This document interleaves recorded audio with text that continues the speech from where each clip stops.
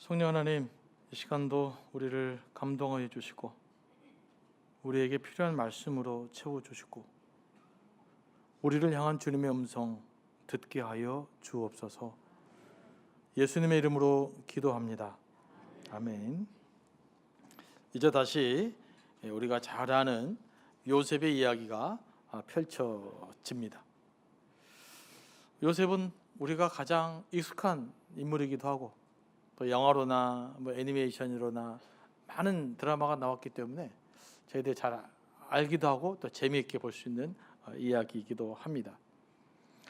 너무나 유명하다 보니 이제 단점이 있을 수 있는 게 뭐냐면 그 유명한 이야기 스토리에 빠져서 디테일하게 우리를 찾아오시는 하나님의 그 의미들, 또 깊은 의미들 놓칠 수가 있어요. 그래서 좀 더 새로운 마음으로 이 말씀에 집중할 수 있게 되기를 또 소망합니다. 이전에 내용에서 다뤘지만 요셉은 형제들의 시기와 질투를 받아서 구덩이에 빠지게 되죠. 형제들 죽이려고 했단 말이에요. 그런데 아무래도 이제 그러면 안 될 것 같아요. 그래서 차선책으로 어떻게 합니까? 미디안 상인들을 만나서 요셉을 이제 팔아버렸죠. 또 미디안 상인들은 그 요셉을 또 애국까지 가서 바로의 친위 대장인 보디발 장군의 사시총으로 팔았습니다. 사실 이 그렇게 즐겁지 않는, 때로는 참 비극적인 상황인데 그럼에도 불구하고 요셉이 보디발 장군으로 종으로 팔려갔는데 그때부터 무슨 일이 벌어집니까? 바로 형통했습니다. 모든 일이 잘 풀렸다는 말이에요. 요셉이 하는 것마다 잘 된 거예요. 이것을 복을 받았다 그러죠. 복을 받은 겁니다. 요셉이 형통한 이유를 성경은 이렇게 말하고 있습니다. 2절 말씀 보면 여호와께서 요셉과 함께 하심으로. 왜 복을 받았다고요? 여호와께서 요셉과 함께 하심으로 그가 형통한 자가 되었습니다. 그리고 3절 말씀은 이렇게 기록되어 있죠. 그 주인이 여호와께서 그와 함께 하심을 보며 또 여호와께서 그의 범사에 형통하게 하심을 보았더라. 요셉이 하나님과 함께 있었는데 요셉만 아는 것이 아니라 요셉과 함께 했던 보디발 장군도 요셉이 하나님의 복을 주셔서 복을 받았구나 라고 알게 됐다는 거예요. 이게 무슨 말입니까? 요셉이 받은 복은 요셉이 잘나서 받은 복이 아니라는 겁니다. 처음부터 명확하게 이야기하고 있어요. 하나님이 함께 하시고 하나님이 복을 주셨기 때문이라는 것입니다. 우리는 요셉이 자기를 유혹하는 여인을 어떻게 대했는지를 잘 압니다.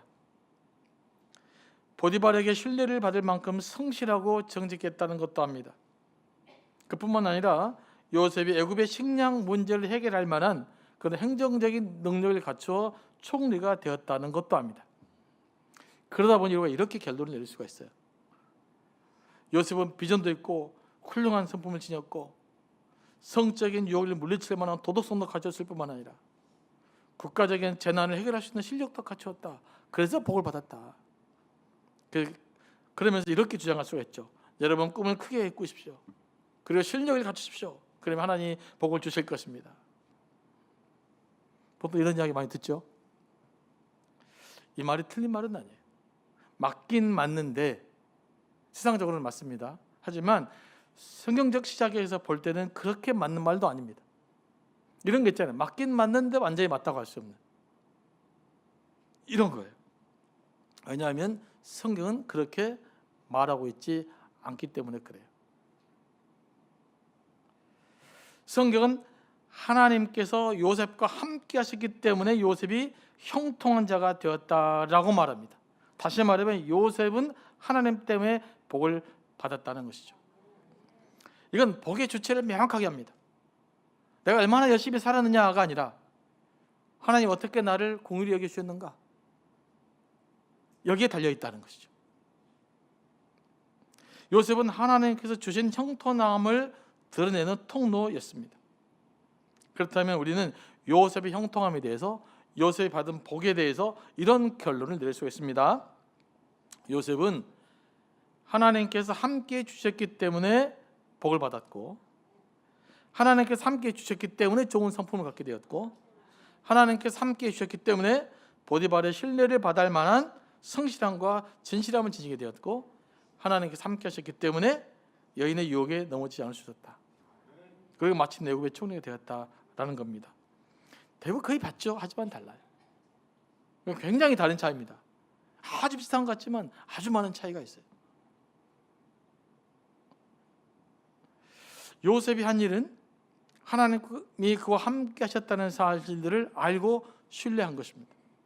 그러면 요셉은 언제부터 이 사실을 명확하게 깨달았을까요? 성경에는 기록되어 있지 않지만 37장과 39장의 요셉은 다른 사람이 돼요. 어떤 과정이 있었던 거죠. 아마도 형들이 자기를 죽이려고 구덩이에 던졌잖아요. 그 미디안 상인들에게 팔리고, 보디발 장군에게 팔리는 과정 중에서 하나님께서 자기와 함께 하신다는 확신을 가졌다고 봅니다. 형제들에게 버림받아 죽을 수밖에 없는 절망적인 상황에서, 또는 하나의 물건처럼 취급되어서 미디안 상인에게 팔리고 애굽의 보디발 장군에 팔리는 과정 속에서 요셉이 할 수 있는 것은 아무것도 없었거든요. 그 스스로 벗어날 힘도, 도망칠 힘도, 그냥 그는 다른 사람이 이끌리는 삶을 살아갈 수밖에 없었어요. 저는 이 과정 하나님을 깊이 경험했다고 봅니다. 왜냐하면 우리 인간이라는 것이 그래요. 잘 나갈 때는 하나님 잘 안 찾습니다.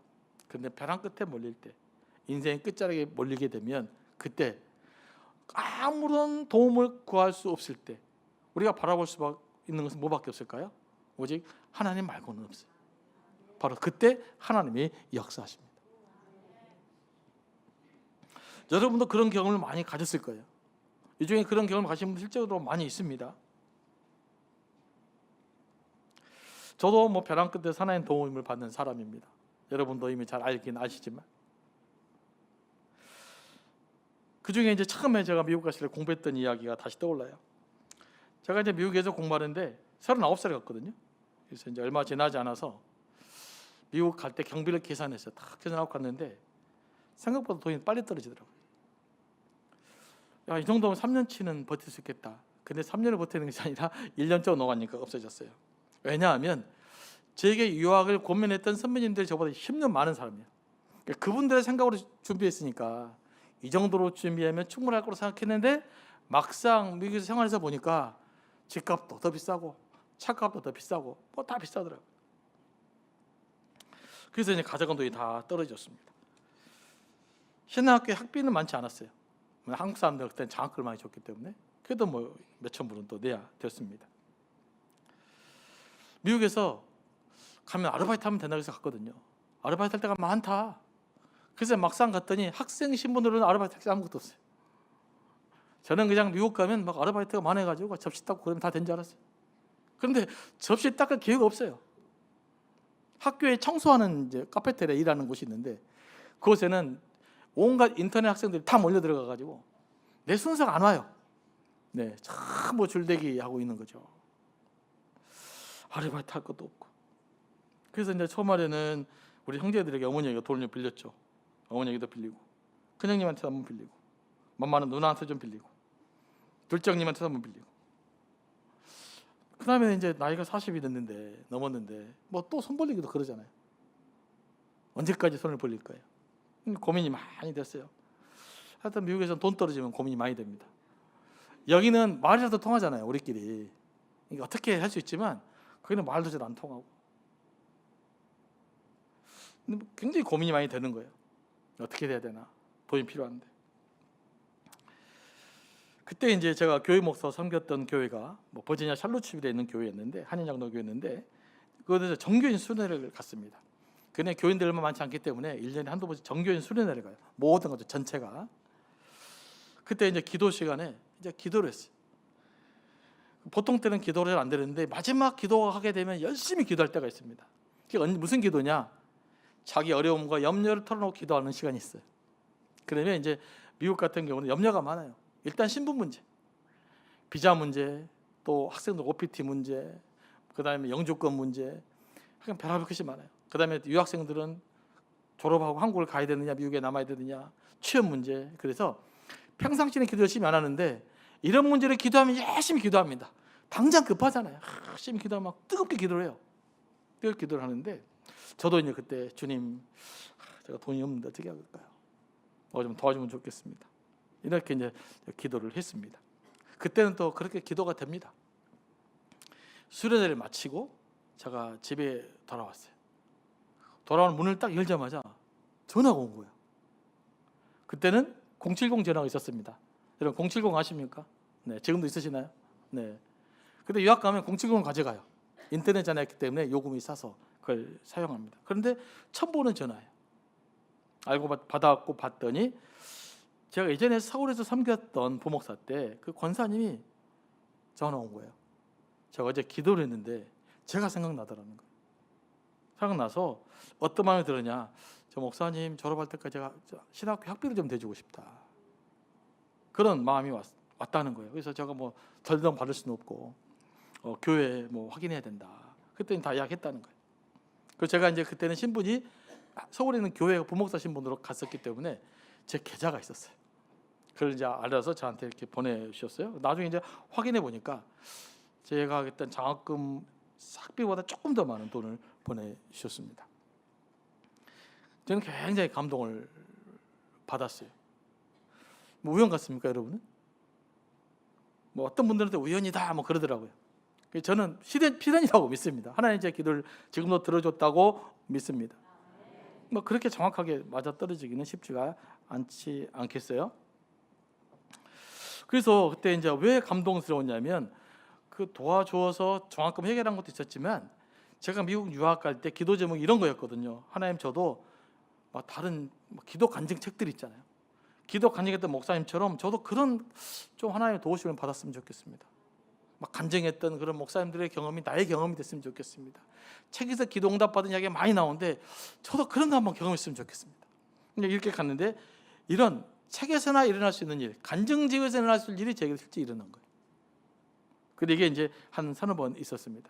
그래서 신학 세미나리를 학비 걱정 없이 졸업할 수가 있었어요. 저랑 별로 친하지도 않은 사람, 저 서로 뭐 기도보다 안 했는데 어떻게 생각난지는 모르지만 그런 일들이 있었던 것이죠.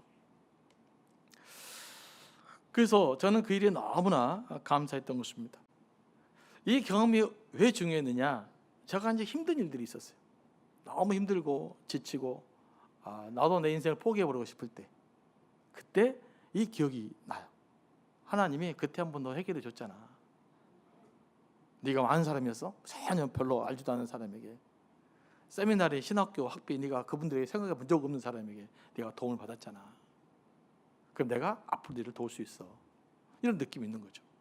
그래서 다 포기하고 싶을 때, 그냥 다 때려쳐버리고 싶을 때 제 인생을 붙들어준 게 뭐냐, 이때 역사에 하나님에 대한 경험이에요. 여러분도 이미 그런 경험 있는 줄로 믿습니다. 여러분 이 자리에 앉아있는 것은요, 나름대로 그런 경험이 있기 때문에 그래요. 좀 크고 작게 차일 수는 있을지 모르지만 어느 정도는 다 이런 경험도 여러분에게 있는 줄로 믿습니다. 그래서 이렇게 내게 응답하셨던 하나님을 기억하는 것은 영적 생활에 도움이 많이 됩니다. 근데 우리가 잊어버려요.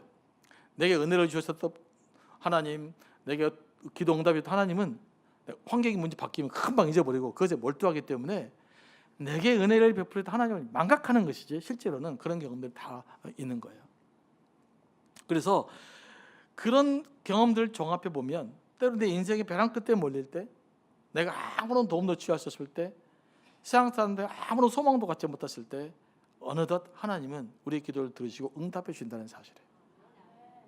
그래서 그 사실을 확고하게 있을 때는 지금은 문제가 없는 것 같지만 정말 내 인생이 위기에 처했을 때, 내가 정말 내 삶을 설 수 있는 힘이 다 상실해 버렸을 때, 그때 나를 지켜주는 힘이 될 수 있다는 것입니다. 요셉은 그렇게 하나님을 깊이 경험하게 된 겁니다. 그래서 일이 잘 안 풀리고 인생의 벼랑 끝에 몰리게 될 때는요, 우리 자신을 가만히 바라보면서 하나님을 깊이 경험할 수 있는 기회로 삼으시기 바랍니다. 그러면 예상치 못한 놀라운 일들이 우리에게 일어날 줄로 믿습니다. 하나님이 요셉을 형통하게 하신 것을 본 보디발 장군은 어떻게 합니까? 자기의 모든 재산을 요셉에게 맡겨요. 네가 관리해라. 그랬더니 어떻게 됐습니까? 그 집이 더 큰 복을 받았어요. 요셉이 관리하니까 더 큰 복을 받은 것입니다.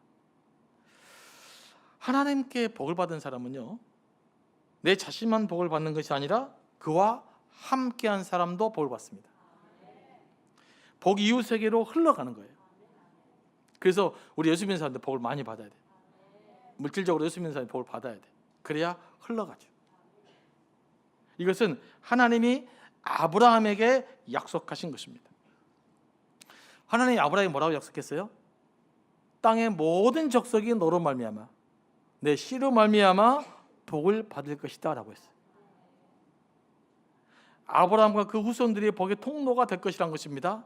그런데 이 약속이 구체적으로 누구를 통해서 지금 실현되고 있어요? 요셉을 통해서 가장 구체적이고 적극적으로 실현되고 있는 거예요. 요셉을 통해서 요셉만 복을 받는 것이 아니라 요셉과 함께한 보디발 장군도 복을 받았다라는 것입니다. 우리는 그런 그 하나님의 복의 흐름을 잘 이해하셔야 돼요.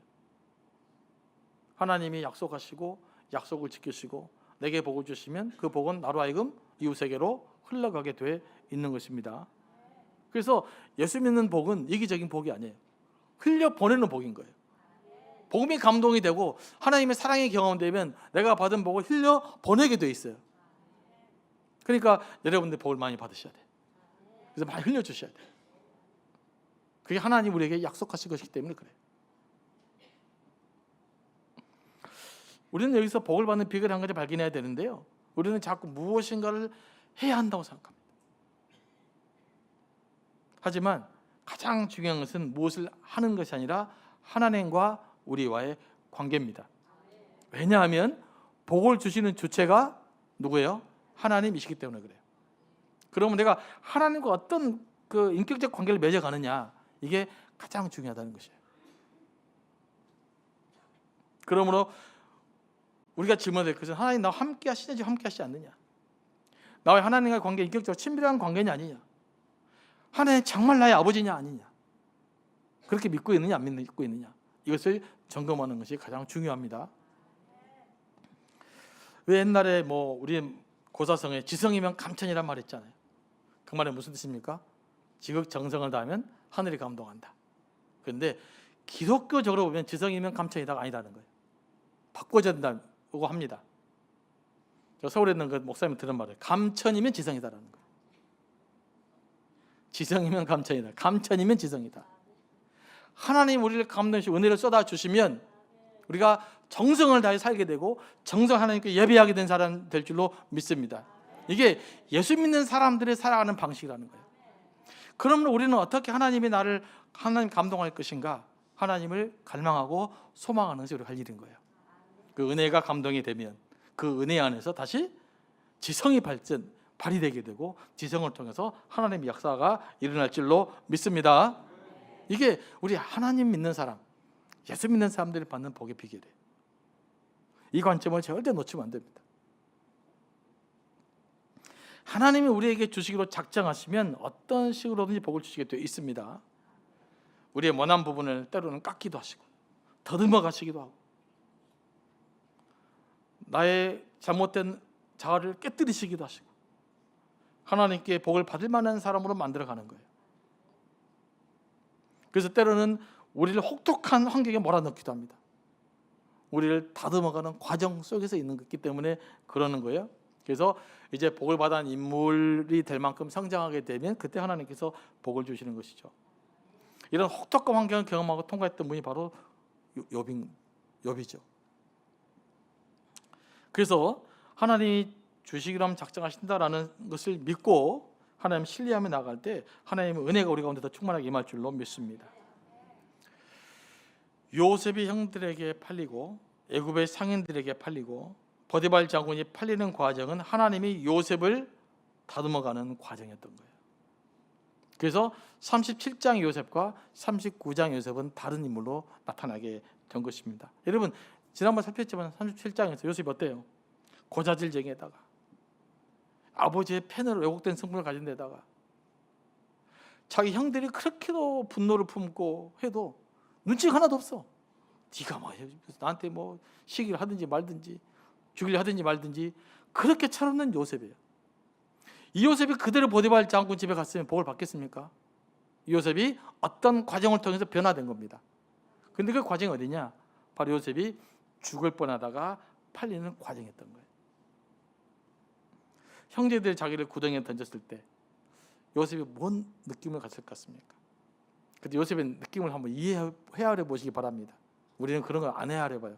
금방 일이 막 팔려갖고 영화가 빨리빨리 진행이 되니까. 얼마나 큰 배신감이 있었겠어요. 자기는 아버지 힘으로 모은 거잖아요. 얼마나 그 구덩이 속에서 두려워했겠어요.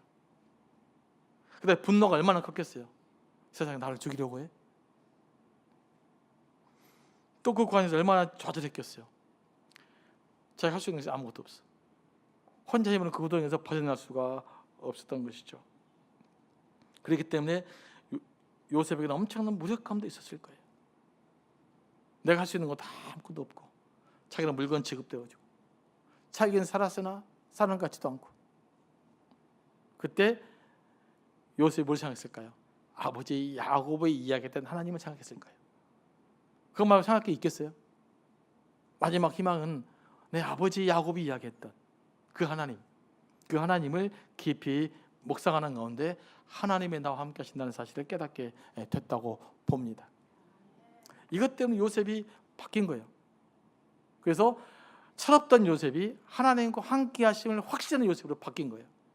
그랬더니 요셉에게 뭐가 나타났다? 하나님의 복이 임하기 시작했고, 그 복이 이웃에게까지 흘러가게 되어졌다라는 것입니다.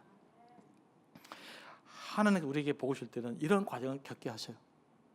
어떤 사람은 좀 심하게 겪을 수도 있고 또는 적게 겪을 수도 있지만 대부분은 이런 과정을 겪습니다. 그래서 이런 과정을 지나갈 때 하나님의 뜻을 새롭게 발견하는, 하나님을 새롭게 붙드시는 그런 여러분들이 되기를 소망합니다. 또 위기가 곧 기회이듯이 기회가 곧 위기이기도 합니다. 요셉의 장점이자 단점이 뭐냐? 요셉은 너무나 잘생겼다는 거예요. 영모가 빼어났다는 것입니다. 얼마나 빼어났는가? 요셉 보는 여인들의 가슴을 설렁설렁하게 할 만큼, 가슴을 뛰게 할 만큼 요셉은 아주 멋있는 사람이었던 거예요. 이것 때문에 요셉이 위기를 겪습니다. 요셉에게 확 반한 인물이 있었는데 그가 누구예요? 하필이면 보디발 장군의 아내였습니다. 이 여인은 요셉에게 야릇한 눈치를 보내면서 성적으로 매번 유혹했습니다. 날마다 유혹했습니다. 볼 때마다 유혹했습니다. 그럼에도 불구하고 요셉은 흔들리지 않았습니다. 이 여인의 유혹을 거절하면 요셉이 뭐라고 말합니까? 9절 말씀인데요. 다 같이 한번 읽어볼까요? 시작. 이 집에는 나보다 큰 이가 없으며 주인이 아무것도 내게 금하지 아니하였어도 금한 것은 당신뿐이니 당신은 그의 아내임이라. 그런즉 내가 어찌 이 악을 행하여 하나님께 죄를 지으리까? 요셉이 뭐라고 말하냐면요, 내가 어찌 큰 악을 보디발에게 행할 수 있겠습니까? 이렇게 이야기하지 않고 내가 어떻게 이 큰 악을 하나님께 범할 수 있겠습니까? 라고 말해요. 요셉이 달라진 거죠. 요셉은 자기를 믿어주는 주인에 대한 신의를 버리지 않았어요. 충성심을 잃지 않았습니다. 참 일할 때 이런 사람하고 일하면 얼마나 좋겠어요. 여러분 주변에 책임의식이 매우 강했고 신실했습니다. 우리도 이런 자세로 살아야 되죠. 하지만 여기까지는 성숙한 세상 사람들도 합니다. 세상 사람들 중에서도 인격이 고매하신 분들이 많이 있잖아요. 그런 분들은 여기까지 갈 수 있어요. 그런데 요셉은 여기서 한 걸음 더 나갑니다. 요셉은 이 문제를 단순히 보디발 장군과의 신뢰의 문제로만 생각하지 않고 이 문제를 누구의 문제로 생각한 거예요? 하나님과 연관시킨 거예요. 하나님에 관련된 문제로 본 겁니다. 이게 영적인 시각이에요. 의리를 지키는 것 세상 사람도 합니다. 그러나 그 상황들을 하나님께로 가져오는 것은 영적인 사람이라는 거예요. 우리는 세상적인 방법에 한 걸음 더 나아가서 영적으로 답을 찾아내야 될 줄로 믿습니다. 요셉은 이 여인의 유혹에 빠지는 것이 하나님께 큰 죄를 지은 거라고 생각한 거예요. 하나님은 요셉은 이렇게 현실의 문제를 하나님과 연관지어 생각했습니다. 우리에게 일어나는 사건을 하나님과 연관시키면 영적인 사건이 됩니다. 우리의 현실의 문제를 하나님과 관련지어 생각하면 이 현실의 문제가 영적인 문제가 되는 것입니다. 신앙적으로 성숙한다는 것이 뭐냐? 영적으로 살아간다는 것이 뭐냐? 우리의 현실의 문제, 우리가 직면하는 문제를 하나님께 가져 나오는 거예요. 그래서 그 문제를 영적인 문제로 만드는 거예요. 이게 성숙한 사람이에요.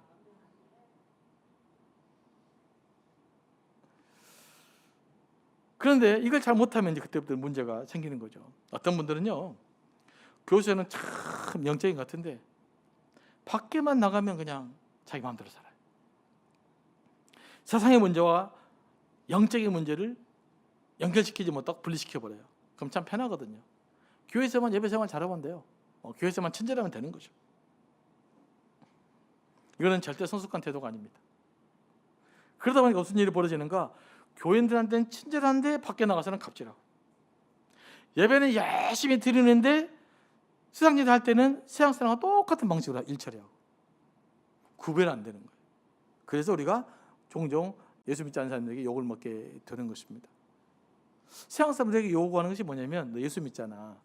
그러니까 예수 믿는 방식으로 세상 일도 좀 처리하면 안 되겠냐? 이게 우리에게 요구하는 거잖아요. 상처 받을 때 좀 세상적인 방법 처리하지 않고 하나님 믿는 사람답게 좀 처리하면 안 되겠냐? 라는 것이죠. 근데 세상 일과 교회를 딱 구분해버리면 이때부터는 분리가 일어나는 것입니다. 물론 우리가 예배 드리듯이 세상 사람들과 완전히 똑같이는 살지 못합니다. 인간이기 때문에. 그런데 영적 성숙한다는 것이 뭐냐?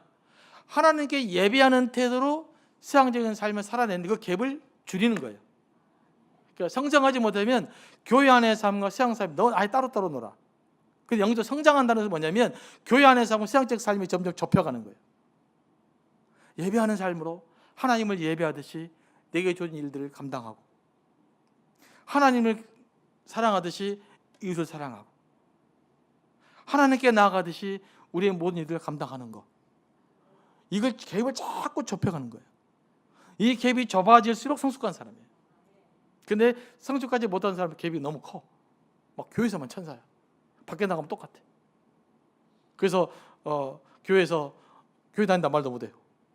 간혹 요즘 우리 교회인들 제가 하도 훈련을 시켜가지고 저는 우리 서로 사랑교회 장로입니다, 권사입니다 그랬는데, 제가 처음에 이 말했을 때 다 낯설었어요. 저한테 꼭 그렇게 말해야 되느냐.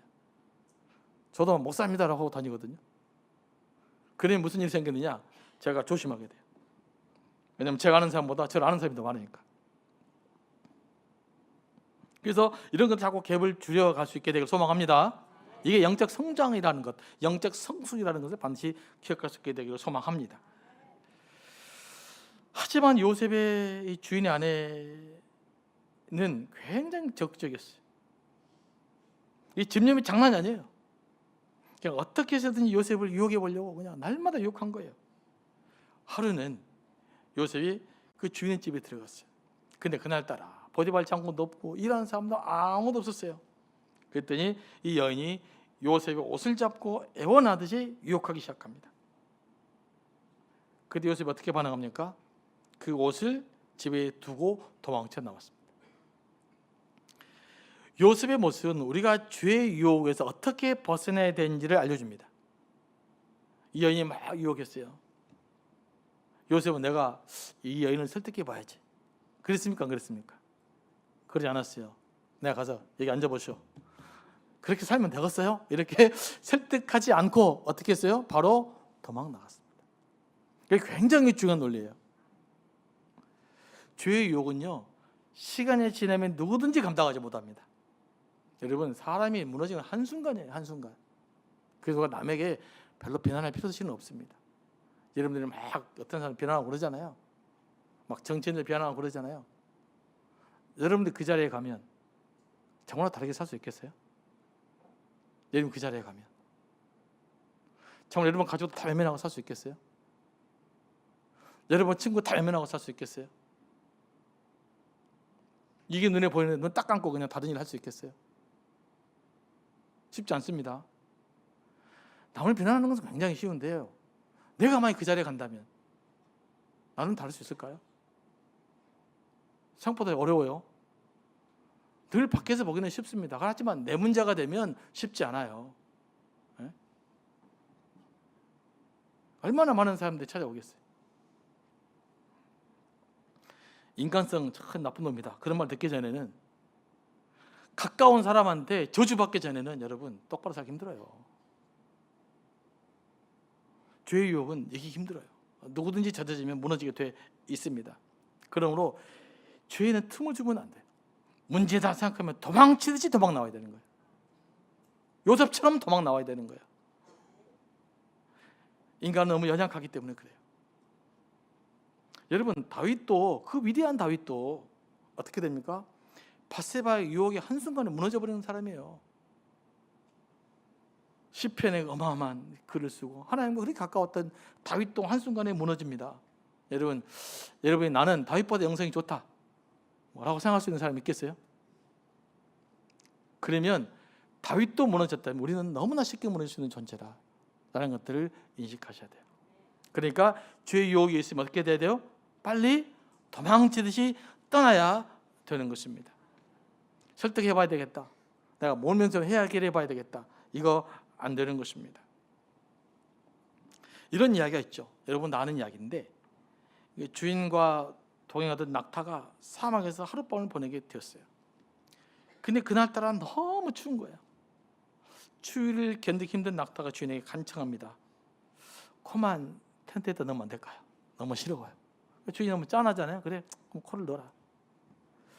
조금 지났더니 몸이 너무 차가워요. 그래서 낙타가 부탁하지 않습니까? 머리만 좀 넣으면 안 될까요? 또 주인 짠하니까 그래, 좀 머리 넣어라. 그러면서 하나하나 요구하면서 나중에는 발도 좀 넣었으면 좋겠습니다. 몸도 넣었으면 좋겠습니다. 나중에 주인 허락도 안 받고 텐트를 차지해버렸어요. 주인이 어떻게 됩니까? 결국 텐트에서 쫓겨났다는 이야기 아니겠어요?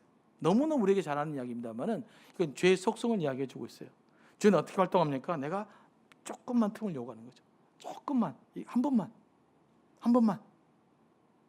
더. 그러다가 우리를 잠식해 가는 것입니다. 여러분, 예를 들면 마약 같은 거 있잖아요. 한 번, 두 번 해보면 그냥 무너지는 거예요. 근데 꼭 그걸 해봐야겠어요? 그걸? 아니면 아니다 하면 되잖아요. 하다가 무너진다고요. 이게 안 되는 거예요. 뭐 요즘 길가에 가면은 그 애완견들이 가끔씩 뭘 해놓잖아요. 그걸 꼭 밟아봐야 알겠어요? 안 밟아도 알잖아요. 죄랑 그런 거예요. 밟으면 냄새 나게 되어 있습니다. 젖게 되어 있어요. 그래서 이건 아니다, 이건 양심에 어긋난다, 그러면 과감하게 그것을 탈취해야 될 줄로 믿습니다. 저는 이렇게 사람들의 착각 오만이 뭡니까? 나는 아니다, 나는 예외라고 생각하는 사람도 있어요. 이런 사람들이 가장 위험한 사람들이에요. 저도 주변에요, 나는 예외라고 생각하는 사람이 많이 있었어요. 니들은 무너지지만 나는 안 그래. 야, 너희들, 나는 달라. 근데 제가 그런 친구들 가장 먼저 무너져요. 그럽니다. 그게 아니라 나도 무너질 것 같아, 나는 못 견딜 것 같아. 그래야 죄에서 안 무너지는 거예요. 근데 한 번 정도는 괜찮지 않을까? 그럼 무너집니다. 나는 괜찮겠다? 여러분, 절대 괜찮지 않아요. 어느 누구도 죄의 맛을 보면 그 앞에 무릎 꿇게 돼 있어요. 그래서 죄는 처음부터 아니다 싶을 때는 그냥 과감하게 떠나야 되는 거예요. 과감하게 떠나는 것이 복이에요. 요셉은 과감하게 떠났습니다. 우리도 절대로 예외가 될 수가 없습니다. 그래서 우리가 죄의 유혹이 생길 때는요, 과감하게 단절하시기 바랍니다. 우리가 복을 받을 수 있는 근거는 바로 하나님이 우리와 함께 하시고 복을 받을 때인 줄로 믿습니다. 그리고 우리는 그 복을 받아 누릴 수 있는 거룩한 자가 되어야 되는데, 이 거룩한 삶을 살기 위해서 어떻게 해야 되느냐? 죄에 대해서 초반부터 단절하시고 초반부터 끊으시고 거룩한 삶을 유지해 나갈 때 더 큰 복으로 우리에게 임할 줄로 믿습니다.